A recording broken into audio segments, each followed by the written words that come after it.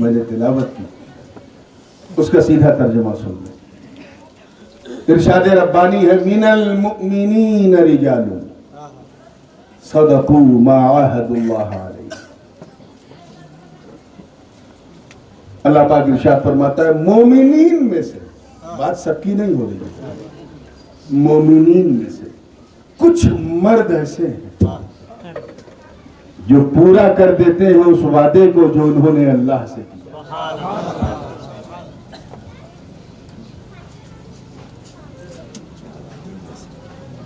ان الذین قالوا ربنا اللہ، یہ جو وعدہ تھا جس پر استقامت کا وعدہ تھا،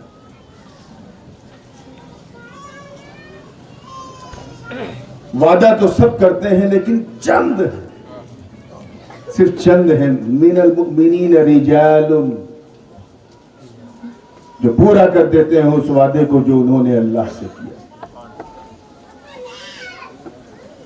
تاریخ انسانیت بات مومنین کی ہے تو ایمان کی تاریخ گواہ ہے کہ اللہ کو دیے گئے اس وعدے کی تکمیل کے لیے انبیاء اور مرسلین نے کیسی کیسی عظیمتوں کو برداشت کیا۔ اے اللہ تو ایک ہے، تو وحدہ لا شریک ہے، تو ہمارا رب ہے، ہمارا پالن ہار ہے۔ اس پیغام کو پھیلانے کے لیے حضرت آدم صفی اللہ نے کیسی کیسی مشقتیں جھیلی، کہاں وہ جنت کی بہاروں میں تھے۔ پھر مصلحت میلاد مصطفی دیکھیے کہ انہیں زمین پہ آنا پڑا۔ میں بڑے احتیاط سے چن چن کے الفاظ بولنے کی کوشش کر رہا ہوں۔ مصلحت میلاد مصطفی، یہ میں اس لیے کہہ رہا ہوں کہ کچھ بدبخت یہ کہتے ہیں معاذ اللہ کی حضرت آدم نے بلا وجہ وہ گیہوں کھا لیا، نہ کھایا ہوتا تو ہم لوگ جنت میں ہوتے، ایسے ہوتے معاذ اللہ۔ انہوں نے عصا کا جو معنی نکالا وہ بڑا غلط نکالا، اور وہ ایسے لوگ ہیں جو جالی دار ٹوپی پہن کے، پینٹ شرٹ پہن کے اور چائنا کٹ فیس بنا کر کے انگریزی میں تقریر کرتے ہیں۔ میں نام لے کر کے اپنے منہ کا وضو خراب نہیں کرنا چاہتا، میں ان کو بتانا چاہتا کہ وہ گیہوں کھانا بڑا ضروری تھا، بہت ضروری تھا۔ کیوں؟ کیونکہ اگر آدم نے وہ گیہوں نہ کھایا ہوتا تو ہم غلاموں نے مصطفیٰ کو پایا نہ۔ کیسی کیسی مشقتیں انہوں نے برداشت کی۔ حضرت نوح علیہ السلام نے وعدہ پورا کرنے کے لیے اپنی امت کے ان سرکش لوگوں سے طعنے سنے جو کہتے تھے ما نراک الا بضلالہ، گمراہ کہتے تھے معاذ اللہ، بے وقوف کہتے تھے، بلکہ ما نراک الا بشرا مثلنا کہتے تھے، مگر انہو کان عبدا شکورا کی مثال بن کر حضرت نوح علیہ السلام نے وعدے کو پورا کیا۔ یہ وہی وعدہ الہی ہے جسے پورا کرنے کے لیے حضرت ابراہیم خلیل اللہ کے قدم استقامت میں لرزہ نہیں پیدا ہوا۔ نمرود کی آنکھوں میں آنکھیں ڈال کے انہوں نے حق کی بولی بولی، آتش نمرود میں اترنا پڑا تو جناب جبریل کی مدد بھی نہیں مانگی، مکہ جیسے بنجر میں جا کے بسنا پڑا تو اف بھی نہ کیا، بیوی بچوں کو چھوڑ کر کے حلب کی طرف جانا ہوا تو آہ بھی نہ کیا۔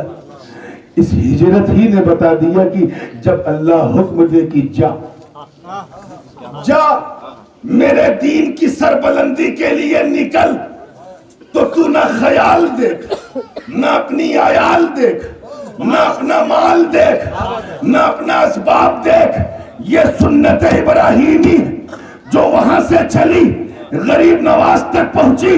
انہوں نے بھی سنجر کو چھوڑ کے اجمیر کے بنجر کو اپنا مدینہ بنایا، اور جنوب ہندوستان کے ساحل تک پہنچ کر جب حضرت احمد تقی الدین تک پہنچی تو شمال سے چلنے والا یہ ایک مالاباری مسلمان جب جنوب سے چل کر شمال میں علمی رانائیوں میں گھر کر ایک عالم باعمل بنتا ہے تو جس طرف چلتا ہے انجمن آرائی نظر آتا ہے۔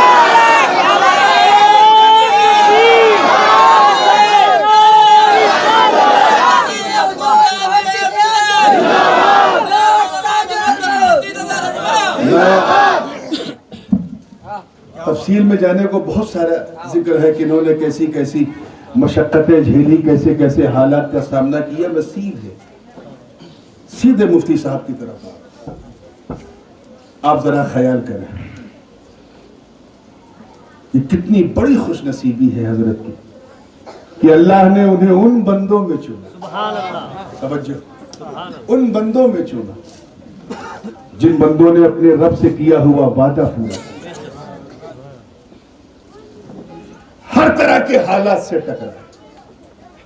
عشق میں جب زمین اچھی ہوتی ہے نا تبھی بیج کی فصل اچھی ہوتی ہے. بنجر زمین پہ کچھ نہیں پیدا ہوتا.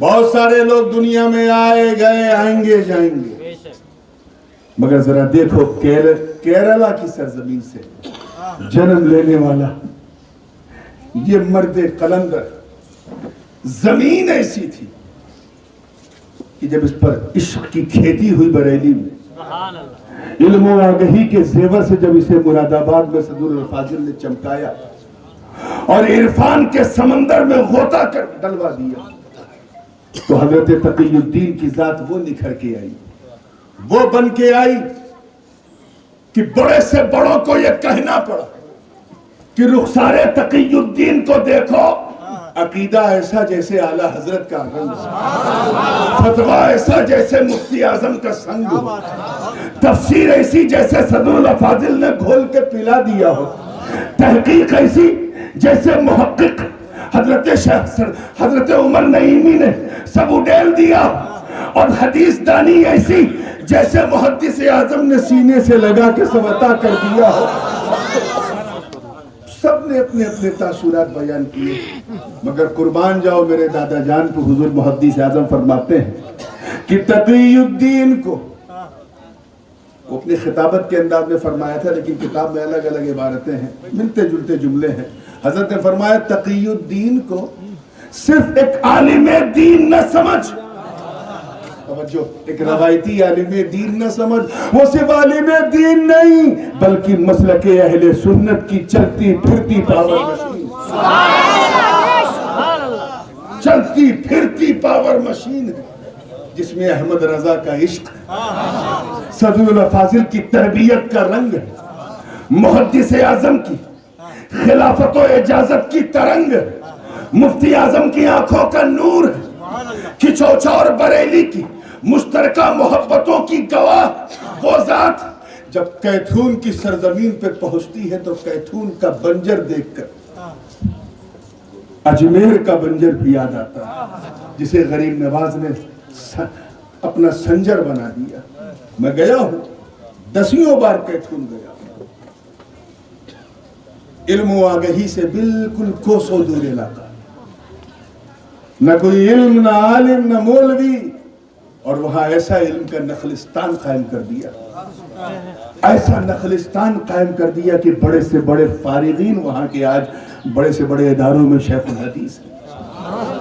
میں نے مفتی امان اللہ صاحب اشرفی سے بارہا جب میں جاتا تھا تو مفتی صاحب کے تعلق سے وہ فرمایا کرتے تھے کہ حضرت یہ میرے لیے سعادت کی بات ہے کہ میں اس ادارے میں مرکز اہل سنت جامعہ رضویہ کیتھون میں نے کئی سال تدریس کا کام انجام دیا ہے. میں نائب صدر المدرسین رہا، اور یقین کریں حضرت مفتی تقی الدین صاحب کے حالات کو جان کر، ان کے واقعات کو سن کر، ان کے ایثار کو سمجھ کر، ان کے خلوص کو پہچان کر میرا دل اتنا انشراح صدر مجھے محسوس ہوا. مجھے لگا کہ واقعی اگر پورے ہندوستان میں ایسے مفتی تقی الدین جیسے صرف 10 انسان کھڑے ہو جائیں تو کشمیر سے کنیا کماری تک، بنگال کی کھاڑی سے لے کر کابل کی پہاڑی تک سب کے سب بآدم مصطفیٰ جان رحمت پر درود بھیجتے ہیں.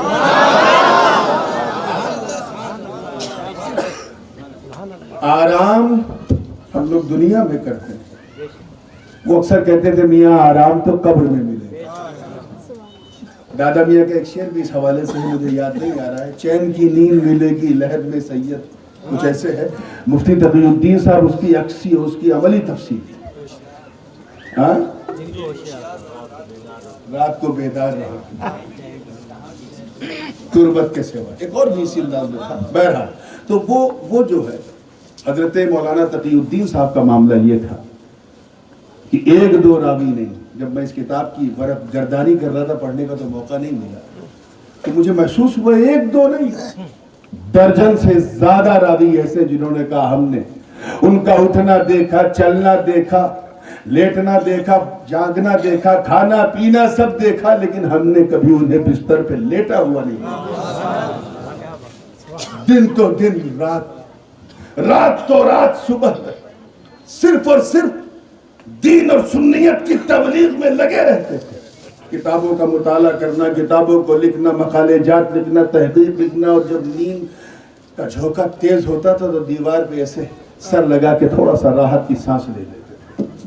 کون ایسا کر کے بتائے گا؟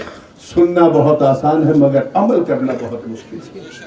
عزیزان ملت اسلامی، اے شدگاؤں والو، تم اپنی خوش نصیبی پہ ناز کرو. اپنے اوپر جتنا فخر کرو کم ہے، جتنا ناز کرو کم ہے. علم و حکمت، عشق و محبت کا وہ آفتاب و مہتاب جس کی روشنی مالابار سے لے کر کے دہلی تک اور ناسک سے لے کر کے کوٹا تک جس کی روشنی سے عالم منور ہو گیا، اس نے دنیا میں تو کہیں آرام نہیں کیا، مگر صبح قیامت تک جس زمین کو آرام کرنے کے لیے چنا وہ شگاؤں کی زمین.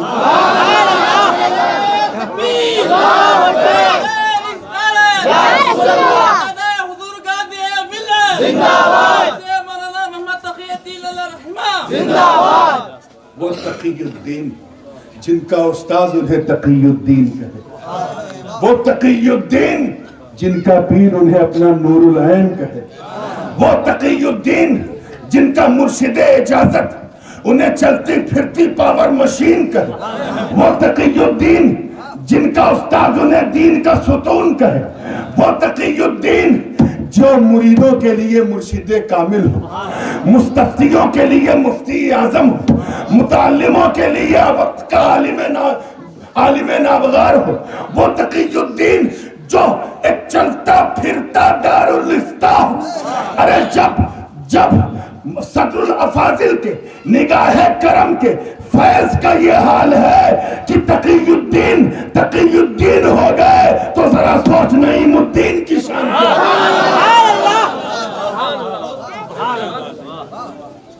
یہ آپ کی خوش نصیبی ہے. شگاؤں کو بہت کم وقت حضرت نے ظاہری دنیا میں دیا تھا، لیکن جانے کے بعد ایسا وقت دیا ہے کہ ان کے سارے عشاق شگاؤں ہی آ رہے ہیں، اور انشاءاللہ صبح قیامت تک یہ سلسلہ جاری رہے گا. طبیعت اگر میری ٹھیک ہوتی تو میں جس آیت کریمہ کی میں نے تلاوت کی اس کے مختلف گوشوں پہ بات کرتا، مگر میں تھوڑا سا گرانی محسوس کر رہا ہوں اپنے اندر، اور گلے میں تو ہے ہی ہے. بس یہ مبارکبادی دیتے ہوئے کہ اللہ تعالیٰ آپ سب کی رزق میں برکتیں عطا فرمائے. حضرت کا عرص پاک اسی شان و شوکت کے ساتھ، اسی تزک و احتشام کے ساتھ آپ مناتے رہیں. قابل مبارکباد ہیں حضرت تقی الدین مالاباری رحمۃ اللہ علیہ کی کمیٹی اور اس کمیٹی کے نوجوان، ہمارے تنظیم نورانی کے نوجوان، اور یہاں کے سارے سنی مسلمان جنہوں نے اس نامساعد ماحول میں بھی ایک ایسی گیدرنگ کی سوشل، تاکہ ہم اپنی عقیدتوں کا خراج ان کی بارگاہ میں پیش کر سکیں. مولا کریم، میں انہیں کیا دے سکتا ہوں؟ انہوں نے تو محبت کے بہت نذرانے پیش کیے. مجھے ایک تحریر مولانا نعیم الدین صاحب نے دکھائی تھی حضرت کی لکھی ہوئی، جس میں انہوں نے حضور شیخ الاسلام اور والد صاحب کا ذکر کیا، اور المیزان کا جب اعلیٰ حضرت نمبر نکل رہا تھا اس وقت مفتی صاحب علیہ رحمہ، اس سے پہلے یعنی المیزان نکلنے سے پہلے جب بات چل رہی تھی کہ اس کو چھاپنا، تو حضرت نے بہت ہی زیادہ مفید مشورے عطا فرمائے. اس سے یہ پتہ چلتا ہے کہ انہیں ملت کا کتنا درد تھا، انہیں دین کا کتنا درد تھا، مسلمانوں کا کتنا درد تھا، ان کے مسائل کی کتنی فکر تھی. انہوں نے تو ہم تمام اہل بیت نبوت کو بہت کچھ عطا کیا. ہم انہیں کیا دے سکتے ہیں؟ بس ایک سید کی دعا ہے جو ابن من جد ہی اسے اپنے باپ دادا سے وراثت میں ملی ہے، اور یہی سبھی میں قلب سے عرض ہے کہ مولا کریم ان پر اپنے فضل کی برسات کرے، اپنے رحمت ان کی مرکت پر گوہر باری کرے، حشر تک شان کریمی ناز برداری کرے۔ وآخر دعوانا الحمدللہ۔